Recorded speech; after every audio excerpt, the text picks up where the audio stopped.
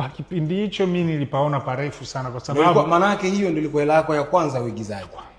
Kwanza sikuwa nataka pesa kabisa. Kwa sababu nilipoenda kuigiza pale sikuulizia hata maswala yanalipwaje, napewa shilingi ngapi. Ukweli kwamba nilipwa 350,000. 350,000 hiyo ndogo?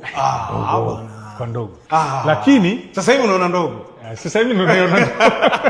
Ila siku ile nimeipata hiyo hela. Nilikuwa na matatizo mengi. Nilikuwa na matatizo kibao kiasi cha kwamba ile hela sijui kama tani nilikula 100. Nilikuwa sina kitanda, sina nini. Nilienda unaona wapi pale nini Buguruni pale. Ukipita pale nini pale panaitwaje Buguruni nini? Malapa.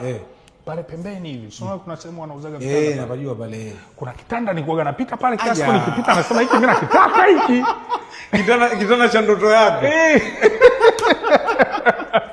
Kasema simtanie. Mimi siwezi leo kulala chini. Haiwezekani. Kaenda godoro nilikuwa nalo nikaenda nikachukua kile kitanda pale. Kajua leo nina kitanda. Nikanunua nini kingine? Nilinunua pasi. Ili unyoke vizuri. Nikanunua na TV yangu moja ya mtumba. Ni vile vya vichogo? Vichogo inchi 12. Kwa hiyo safari kaanzia hapo. Tukaenda 2015 nikapotea. Nilipoteaje? Kuna issue moja ilikuja hapo katikati kaenda nipa hela nyingi.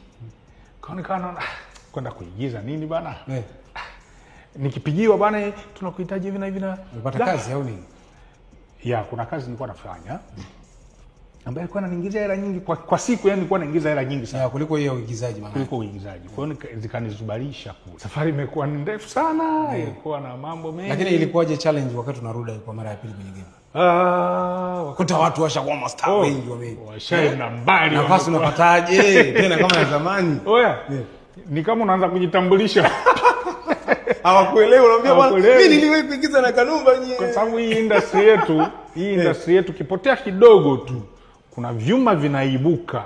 Siku wewe ukirudi baba unajitambulisha kabisa. Lakini niliangukia kwenye mikono ya watu ambao wananifahamu. Kwa hiyo ni rahisi pia kunipokea.